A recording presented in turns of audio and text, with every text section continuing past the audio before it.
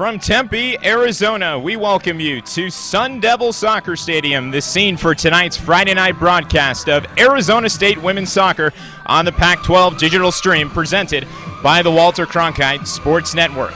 And with that, we say welcome inside. Hello, everyone. Andrew Chapman, Tony Marroquin. Glad to have you with us for this Friday night broadcast on Pac-12 Digital. Tony, the start of a new year for Arizona State soccer, but let's look at the bigger picture. On top of tonight's home opener, it's also the first home game for all of Arizona State athletics. Pretty special night to start it here at Sun Devil Soccer Stadium, I would have to say. And a great story being published on the Oregon baseball website this week regarding Nick Catalano. The story was about how during the offseason following his junior year, he really had a lot of priorities to deal with academically, and his business degree out in Oregon, wants to eventually get into sports management following his time at the baseball team, and had to prioritize some classes and take some time off from the baseball team. Thought at one moment he might not even be on the team this year just because of how much he had to manage academically, but ultimately fought through it with his family and his coaches and his teammates, and was able to juggle both his degree and put himself in a terrific position to graduate following this season with his business degree. And also, here he is batting at 5 in the starting lineup for Oregon and playing terrific here in the latter portion of the season. So definitely a senior year success story for Nick Catalano.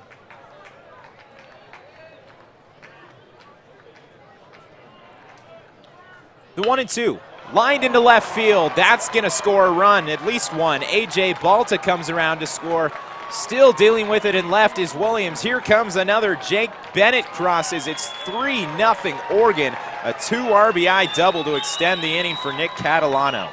And here comes the payoff pitch from Peterson. It's well hit into left center field. It's on the sprint, not going to get there. Here comes Aboitis around third. Being waved around is Canning, and he will score. David Greer opens up the scoring for ASU with the 2 RBI double. It's 4-2, and the lead is cut in half. Comes set, delivers the 2-1. It's hit into center field.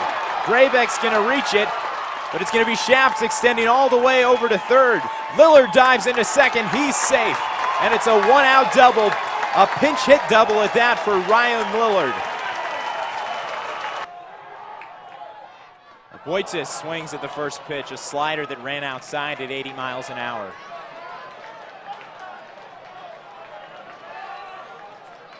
A big spot for Jordan Aboitis, who's been in and out of the starting lineup all season. He's got to start both games in this series after turning things around with the bat recently. He's had a good game. He's 1 for 3 with 2 runs. Walked in his previous at-bat back in the 8th. Here comes the 0-1, grounded to third base. Lillard comes home to score. The Devils are walk-off winners again as they take the series from Oregon on Saturday night. Welcome back to Tony Zuppo Field. This is Crushers Baseball on LodiCrushers.com. Portland Pickles in town. Game 1 of this 3-game series. We have no score after 1 frame. We're in the bottom of the first, and with that, let's go ahead and bring you tonight's starting lineups, brought to you by DD Construction, the premier designers, builders, and managers of properties throughout Northern California. Become a part of the DD family today. Visit them at ddconstruction.com. And leading things off will be the righty out of Simpson University, Casey Meyer, as he makes his stroll towards the right-handed box. Brett Young on deck batting second, and Nelson Muniz is third. Bo McClintock, tonight's first baseman. He bats over in the 4th spot, in the cleanup spot, and plays at first tonight. John Hullman, the designated hitter, gets his first start in a Crushers uniform. Will Law 6 as the first pitch crosses on the inside corner and misses for ball 1 to Meyer. Cade Peters, he bats 7. Bryce Grady is 8. And rounding out the lineup will be the catcher Antonio Torres this evening. Tonight's lineup announced by head coach George Cicchetti. Denny Peterson, the assistant on this Lodi Crushers staff. Lodi looking to put an end to the 9-game losing skid, looking to avoid turning it into a 10-game losing skid.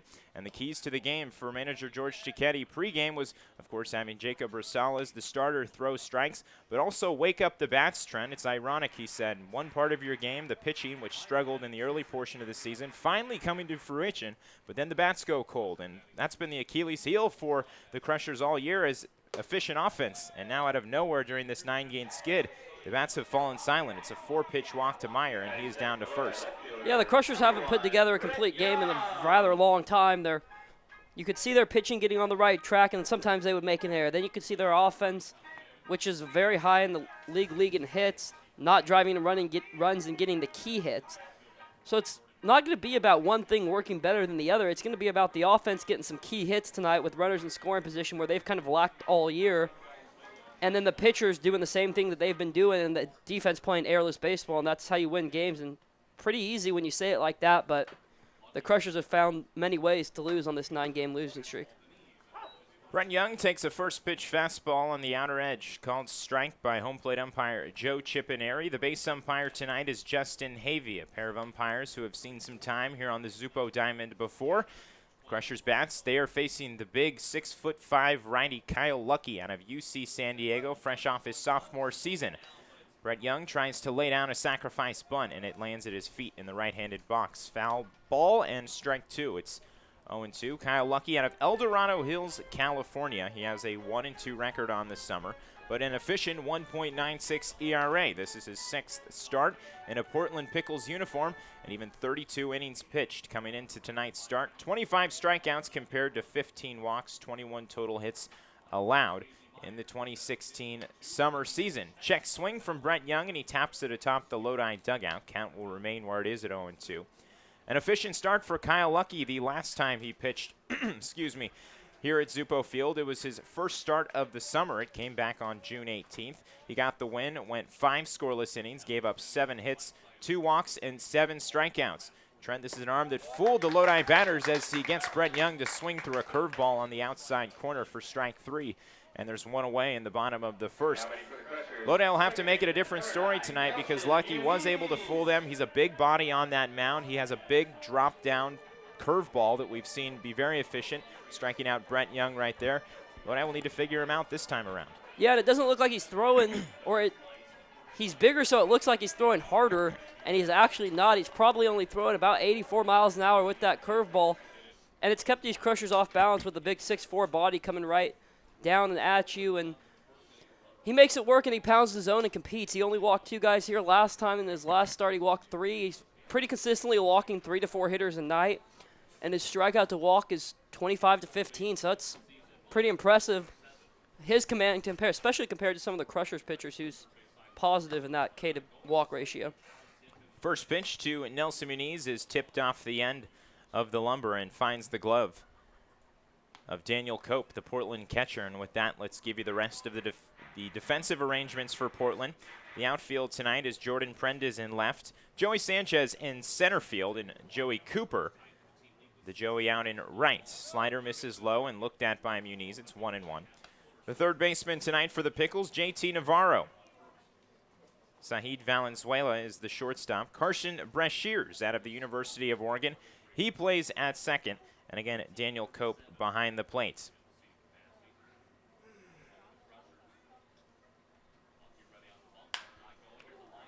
The 1-1 on a line into left center, and it will get down. It's going to roll all the way to the wall. George Cicchetti is telling Meyer to be heading home. The cutoff throw from Valenzuela will not come home, and the Crushers take a 1-0 lead on a deep RBI double from Nelson Muniz that found the left center field gap. So one All-Star drives in another. Nelson Muniz will represent the South All-Stars up in Medford next week, Medford, Oregon, at Harry and David Field, hosting the first ever inaugural Great West League All-Star Game, a 4-day break that will begin after the conclusion of this 3-game series. Casey Meyer will also represent the team. A couple other middle infielders that will be All-Stars this year. Kalen Crisosto and Nate Verlin, and the word was earlier in this game, or pregame I should say, that Kalen Crisosto been dealing with some back issues and will likely not make the trip up to Medford to represent the Crushers due to some injuries. We'll bring you the injury report in the beginning of the bottom of the second inning. Meanwhile, the 1-0 is a bouncing ball into left field past the outstretched glove of Sahid Valenzuela. It was Bo McClintock taking the swing, and that will put runners on the corners for Lodi here in the bottom of the first. The ideal way to start a game, Trent, getting out in front quickly, because if you can rely on Jacob Rosales to get 5-6 innings, and the offense can support him from the beginning portions, he's a guy who can shut down these Portland bats and make it easy sailing. Yeah, no doubt he can shut down the Portland offense. Very capable of doing so.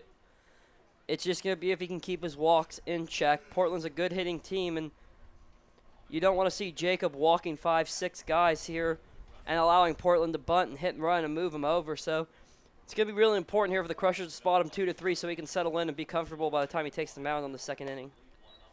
First pitch outside to John Hallman, and he's one of the new reporters for the Lodi Crushers.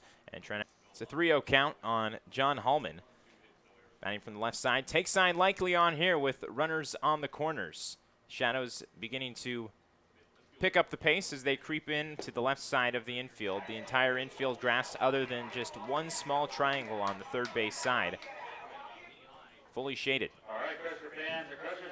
4-pitch walk to John Hallman, and he strolls down to first. That puts McClintock on second with Muniz on third. The bases are loaded up, and we have an early visit from the assistant coach of Portland and the pitching coach. That's Bo, I think. Oh, no, that's Michael. That's not JJ's cousin. That is, I think it's Michael. Michael Casada. Yes, the pitching coach. Portland Pickles are led by a pair of cousins, JJ Altobelli, the manager for Portland, and his cousin is Bo Altobelli. Michael Casada, the pitching coach out of Folsom, California, was drafted by the Minnesota Twins in 2010 out of Sierra College, where he spent 5 seasons as a catcher in the organization. So a catcher, but really when you're a catcher, you know all aspects of the game, and we've seen catchers transition to pitching coaches, hitting coaches, all strides throughout professional baseball and Major League Baseball. You were a catcher at one time, Trent. I was. And, of course, now you're a coach. Yes, I am. The joke is always that the pitcher is the least likely one to become a good manager because all the pitcher focuses on is finding the location, pitching strikes, and just lets the defense and the offense do the rest for him. Doesn't have to pay too much attention. Yeah, I don't see a lot of pitchers becoming coaches. A lot of catchers, sometimes a shortstop and some center fielders, but that's about the gist of it. Curveball downstairs to Will Law. It's an even 1-1 count, and Will Law has slowly but surely creeped up in the batting average totals for the Lodi Crushers. Currently batting .284 coming into this game. He has 19 hits in 67 total at-bats. He has the bases loaded here with a 1-1 count. Lucky a long pause from the right side of the rubber. He goes to the big breaking curveball again, and it misses low and inside. 2 balls and 1 strike to Will Law, tonight's third baseman out of the San Diego area where he grew up, off his freshman season at Palomar College. He'll return to Southern California following the conclusion of this summer. The 2-1 check swing, and home plate umpire Joe Chipineri does not ask for the appeal. He calls a strike, and it's even at 2s. This is a huge at-bat for Lodi and a huge at-bat for Lucky. Although being only the first inning, Lodi wants to jump early to relax a little from this 9-game losing streak, seeing they can stay ahead. The 2-2 outside corner, strike 3 called. And Will Law has a couple words for Chipineri before he departs, but he gets rung up looking, and there's 2 away. So now the pressure's really on with Cade Peters stepping in. Bases loaded, 2 outs. Lodi has brought home a run in the inning. Nelson Muniz doubling home Casey Meyer, who led off the inning with a leadoff walk. And not quite sure what the exchange between Law and Chipineri was. Does that look like a pretty good pitch from Kyle Lucky right over that outside corner, and Law was just frozen. I think he was more frustrated that he was frozen than with Chipineri's strike call.